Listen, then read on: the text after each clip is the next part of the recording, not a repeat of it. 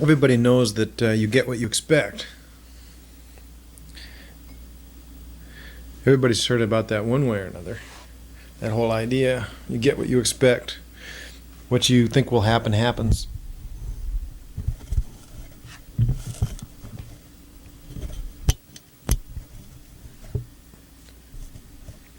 And all that good spiritual psychological talk. But for us to live on the basis of the implications of that is an entirely another thing. The implication of that is that, in fact, we would have to change our expectations in order for anything different to happen. And yet, I don't see too many people systematically going about changing their expectations. I see more people remaining with their system of expectations and adjusting their lives to suit the expectation.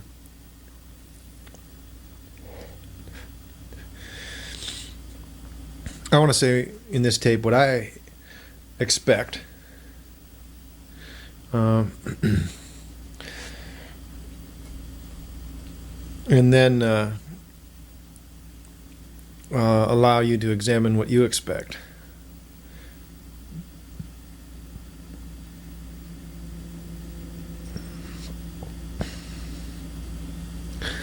I expect that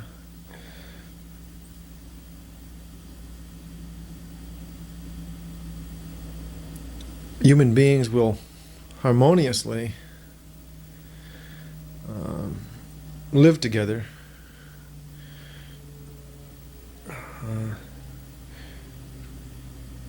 for a lifetime in larger groups than the married couple.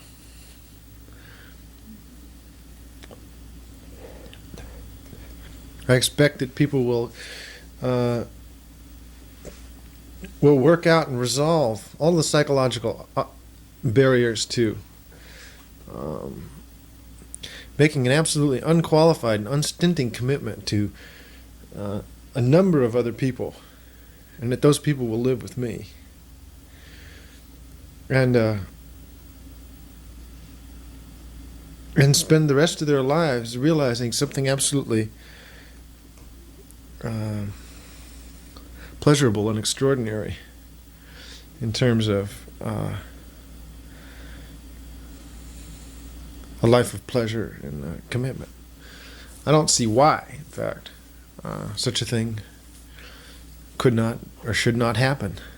I cannot see a single significant obstacle to the attaining of it.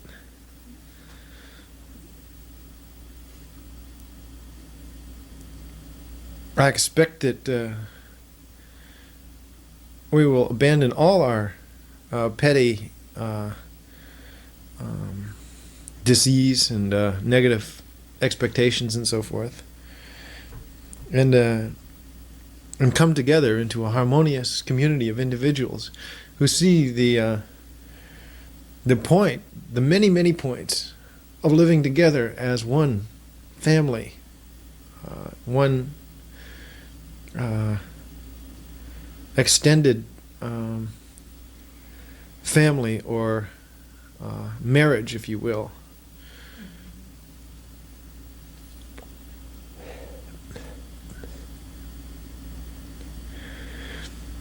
Marriage in the sense of commitment, of lifelong commitment, not in the sense of promiscuity, or sex,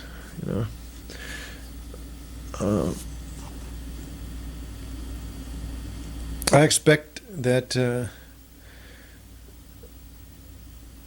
arrangement will be not only emotionally fulfilling and rewarding to extremes, but also practical, functional, and successful in physical terms.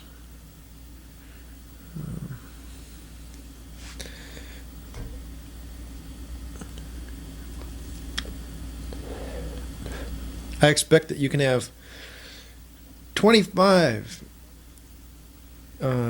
intense and living relationships that are better than your average marriage, and that are better than anything you may have ever experienced in terms of any intimacy of any kind, be it familial or marital or romantic or just friends. I expect all these things to happen. But I read this interesting thing today, which said,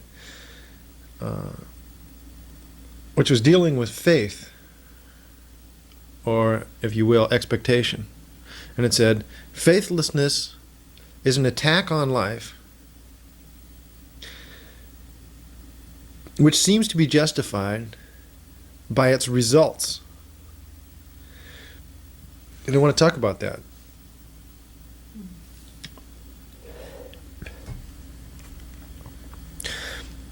Faithlessness is an attack on life which seems to be justified by its results. Okay. Faith, in other words, faithlessness meaning I have no faith that this could work out, or that something could be true, good, or whatever. Lack of faith. All right. So therefore,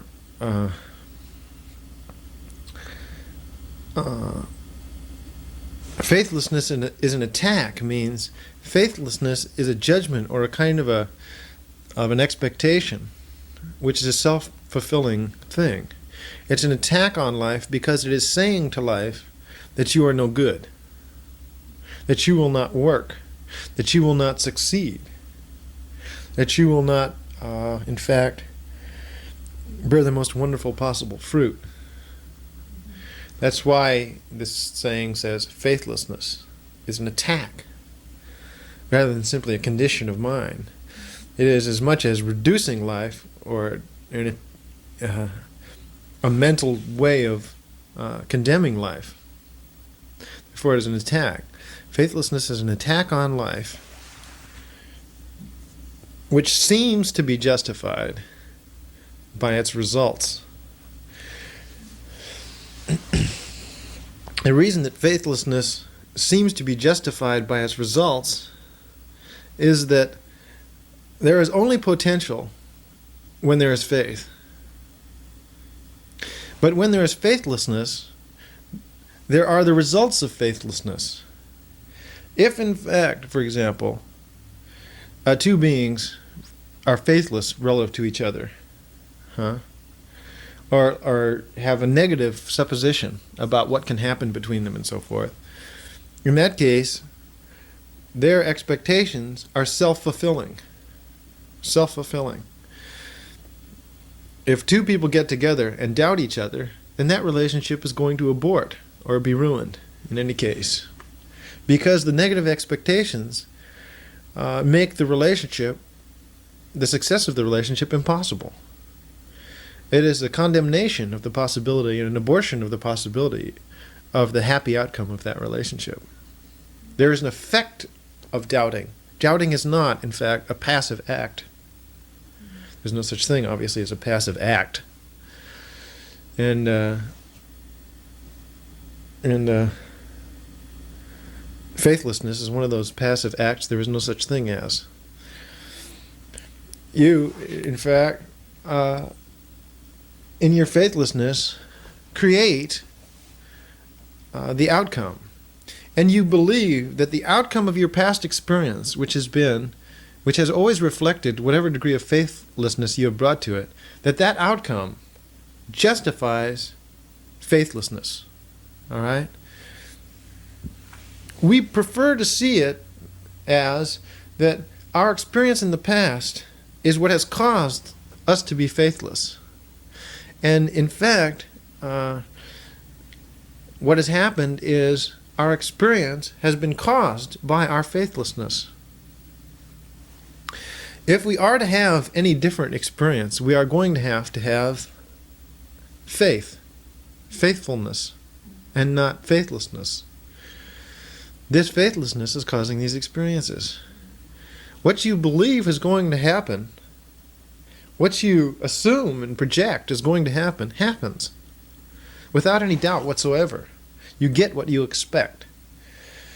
And therefore, it is of no use to continue to live and expect the same thing. Because it will only create the same thing, and the same thing is not eminently desirable in reality. The same thing is the failure of relationships to bear real fruit, the failure of intimacy to be possible, the failure of individuals to love, either singly or in community, as a family. Faithlessness is an attack on life which seems to be justified by its results, but is not. Nothing can be justified by its own results.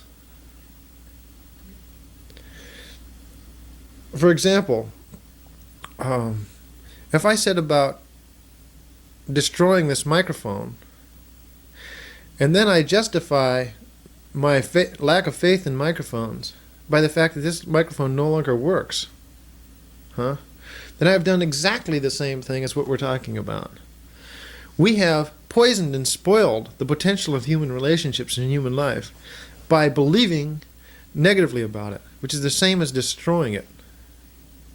And therefore, we have had experiences of what we have destroyed. And we say that because those things have been destroyed, and we do not believe it is by us, but it is, that because those things have been destroyed, we should not, in fact, put our faith in them. That justifies it. Our past experience justifies, but our past experience has been the creation of our faithlessness. Therefore, we need to change our expectations dramatically in order for life to be what it can be. And it can be fantastic if people would be willing to bring to it the expectation that it can in fact, the faith that it can in fact be fantastic. I know it can. I not only know it can, it will in my life. In everyone else's life, it will be, of course, what they expect it to be. And not different than that, even for a moment.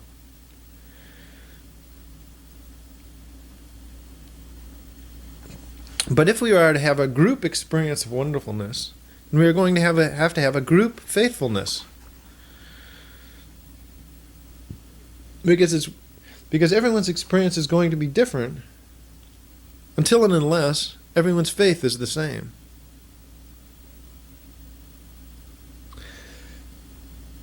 My experience is that life is good to me, looks after me, takes care of my everything. And I don't have a problem with the idea that everyone else could have the same experience. I believe in the possibility of a community in which everyone could prosper doing exactly what they feel they should do. And live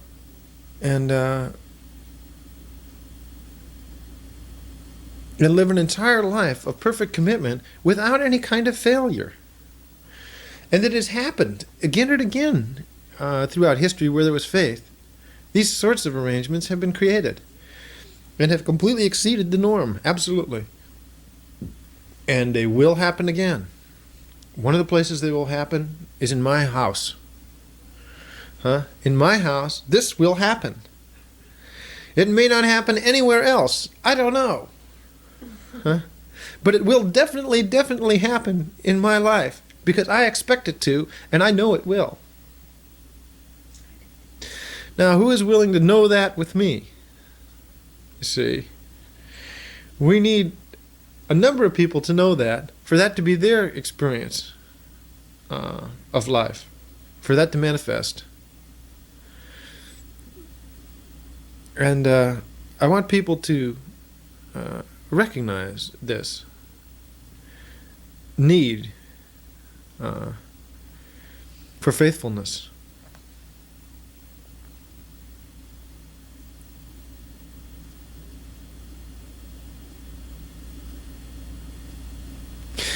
There is a tremendous magic about every assumption that people make. And people make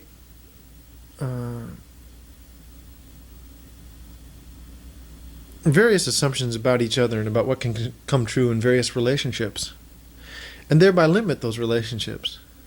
It does not do for the people who are my friends not to have faith in each other. That does not do. It's not adequate for people to believe that they have faith in me and not simply have faith in each other as well. There has to be a great faith. Everyone depends on the faith of the others. And your experience of each other depends absolutely on your faith in each other. Your experience of truth, God, and life as a whole, the universe, depends entirely on your faith in it. What you expect.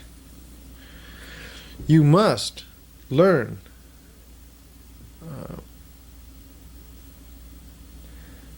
to hold and give the kind of expectations that would allow life to be wonderful. Or life will not and cannot for you. Life can only be wonderful for you if you will, in fact, expect that of it. See that possibility. Live for that possibility. Make your entire life a gesture of faith in that possibility. Any other form of doubting is going to create whatever destiny you exactly expect with perfect precision. So that if you happen to hold in mind some kind of a doubt or some kind of a negative outcome for experience, then that will be the precise experience of your life. There is no way that it is advisable or intelligent not to take that into account at any minute. That you are getting and receiving exactly what you expect of existence. And if things do not look absolutely utopian, absolutely perfect, is because your expectations, are negative in some respect, or many respects. It needs to be reviewed what those expectations are when you feel that life is not, in fact, perfect. Let's work on the analysis of our expectations and then work on making other expectations ours so that the expectations support the possibility of happiness. I, myself, am going to create a community based on the faith in the splendid outcome of life. I, myself, am going to take responsibility for the manifestation of something that exceeds the norm by 1,000. It's not going to be like that. It's not going to be what people expect at all. On the contrary, it's going to be very, very different from what everybody expects. It's going to be what I expect, and I'm willing to expect the unexpected.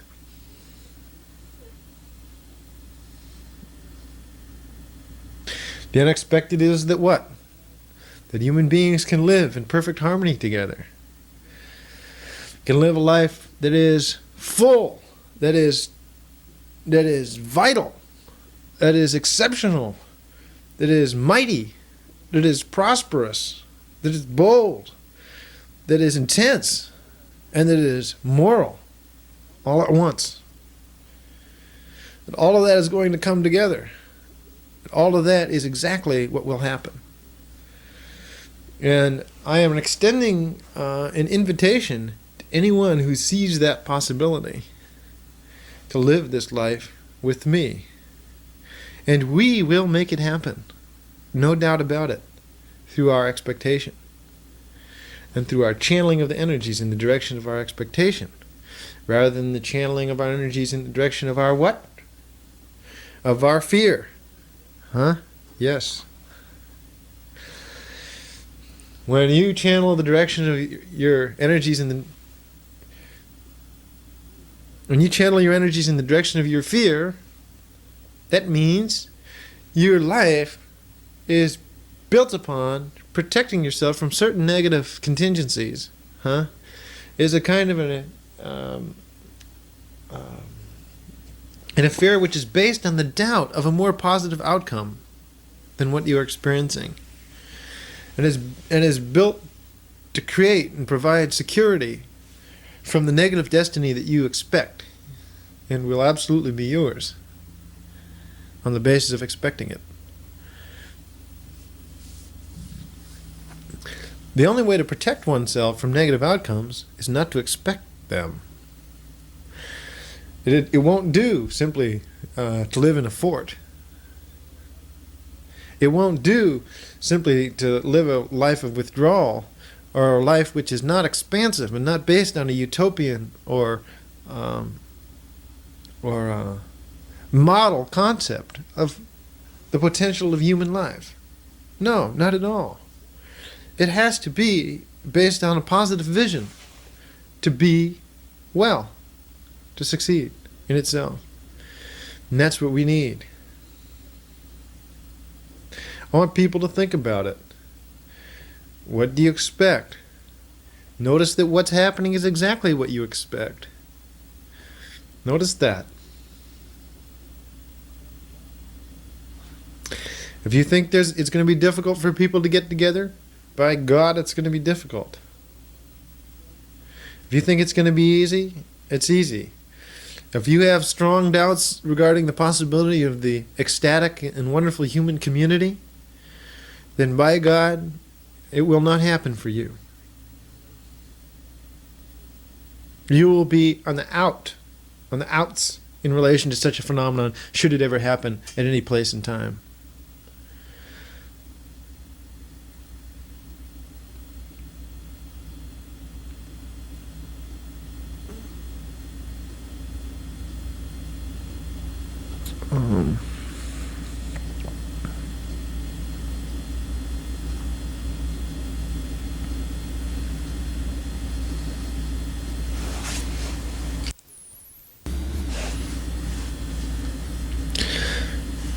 So we must live a life of faith, and it will bear fruit.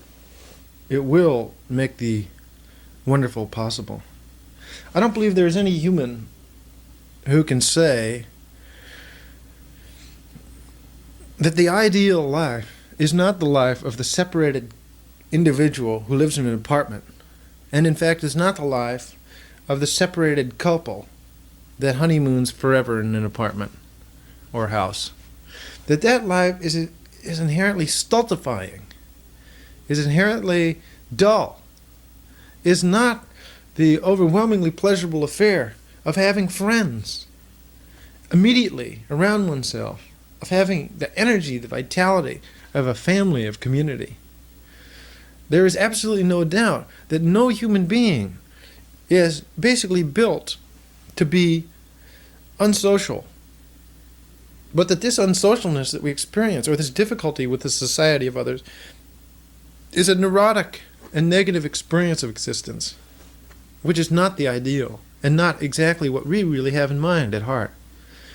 Every human being yearns for the larger human family. Every human being has an absolute affinity for others. And no matter how coercive their marital relationships are, no matter how confined, restrictive, and so forth, or no matter how many casual friendships and so forth can be generated apart from such restrictions, or apart from the status of being single, or whatever. No matter all of that, what people really hanker for, ultimately, is to be in many intimacies, in a profound exchange with many people, besides one or two, and deeper than most casual friendships, even if there happen to be 20 in one's life at any given time. The casual friendships do not get it. The restrictive or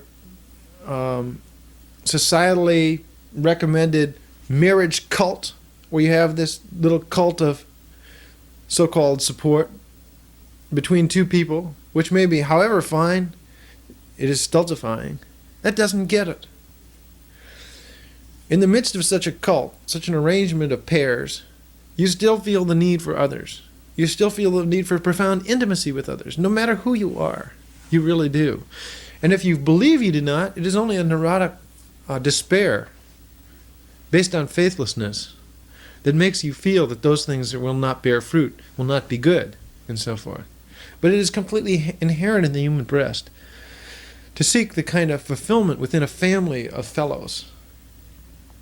And not fellows that are simply casual associates, but fellows who think as we think, feel as we feel, are willing to be intensely committed to the kinds of things that we believe and feel about life, the way life is, and are willing to have an intense and emotional experience of life with us, without backing off, jumping off, getting off, without always threatening to blow the whole thing to pieces, without fading away, dying away, growing apart.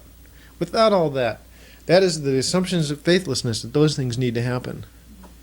And what can just as easily happen, and better, is that you have an intensely pleasurable experience. You may realize your cultic arrangement, you may marry within it, but you may also have many other friends that are deep and intense, and all kinds of exchanges which are profoundly committal in relationship to you for the rest of your life. That's what we need for the rest of our lives. Anything else is what? Disappointing, threatening, bizarre, inadequate to fill the bill of feeling like I am in fact loved. You know? And the only reason that people feel that's impossible or that's horrible or I wouldn't want that to happen is because of exactly how negatively they feel the outcome of such a thing would be. That it couldn't work, that I've never seen it. I've never seen a situation in which four people can get along at all. You know? You got people feeling and thinking like this, huh? Which is negative. It is a very self-fulfilling prophecy. I know, myself, that a number of people can get along. And I want to start getting along with 20 or 30 people now. You know? That, in fact, desire to get along with me. Any number. 1, 2, 4, 20, 50. However many people we can have real relationships with. Real deep and profound interchanges that are not essentially casual, formalized, or useless, or stupid, or superficial. However many that is, that's the number I will have. And everyone else deserves. But in order to have it, we must make a gesture of faith. This is a new frontier, and I'm very interested in finding anyone who can respond to this concept and is willing to jump into it with a jump of faith and do the incredible work of transcending the limitations of this psychologically distraught world, and do the incredible work of exceeding the expectations of mankind as a whole, and entering into an arrangement which is profoundly and really liberating, and which is the only socially, emotionally, spiritually, and financially viable alternative for the future. The only. Everything else is inherently doomed, inherently fraught with the most incredible pitfalls and travail. And it's high time that people realized it. That if somebody thinks they're protecting themselves, either emotionally, spiritually, physically, financially, by trying to operate as a separate unit with great skepticism and doubt as to whether anything better can happen, that is not going to work. That is dangerous. and that is not going to prevail in the future. Everyone sees it coming, and I think it would be a real good idea if people realized that emotionally it can work. I expect people to be able to get along famously and with tremendous love and energy and enthusiasm as a group. I know this is happening. This is the way it is. The more people that you have contributing energy in your life, the happier, more freed being you will become through all of that interchange. It will liberate. Spiritually, it is absolutely of the essence to contribute one's life into a larger sphere. Commitment, love, caring, nurturance of more people than just oneself, more than just one's own hovel, more than just one's own blood family, more than just one's own spouse or dog. You know, spiritually, the expansion of consciousness into the lives of more beings is absolutely mandatory. Mandatory. And everyone knows it. And everyone knows that service, the life of service, commitment, is the key in spiritual traditions since the beginning of time.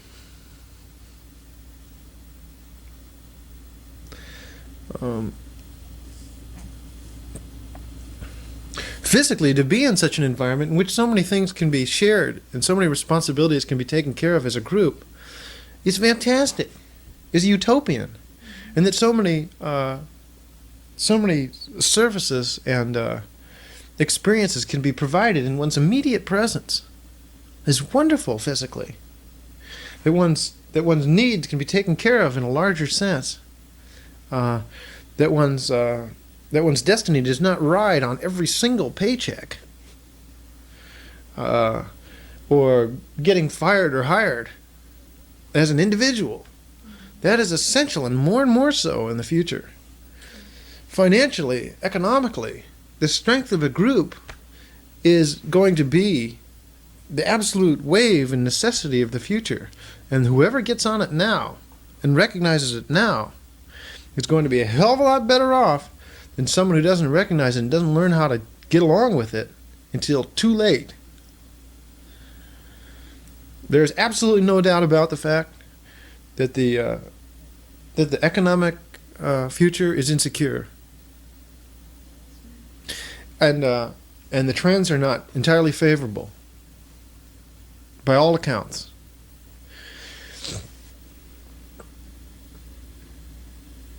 The advent of the condo is an example of a kind of unconscious cooperation of humans who can no longer afford independent units. But the kind of conscious cooperation that can come among beings who can mutually buy and purchase their own sustenance and shelter and food and so forth, that is a tremendous advantage financially. In the past, all groups that have loved together and truly cooperated with one another and so forth have thrived.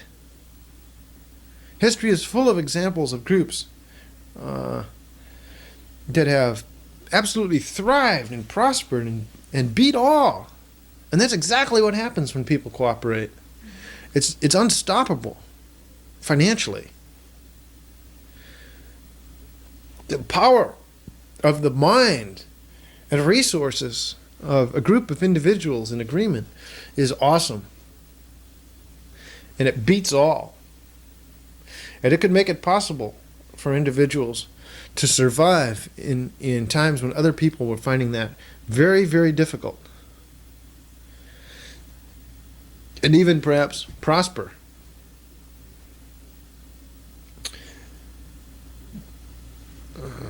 People need to give more than lip service to the kind of concepts that they all realize are true, and create a life based on love and mutual cooperation and the recognition of what is true.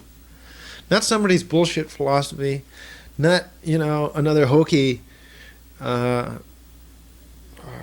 religious zealot deal. But there is truth. And that truth needs to be acknowledged and lived in community and realized on all levels: emotional, spiritual, physical, financial. All of that needs to be integrated into one life, and that life needs to be yours if you are going to be, in fact, in the right place at the right time.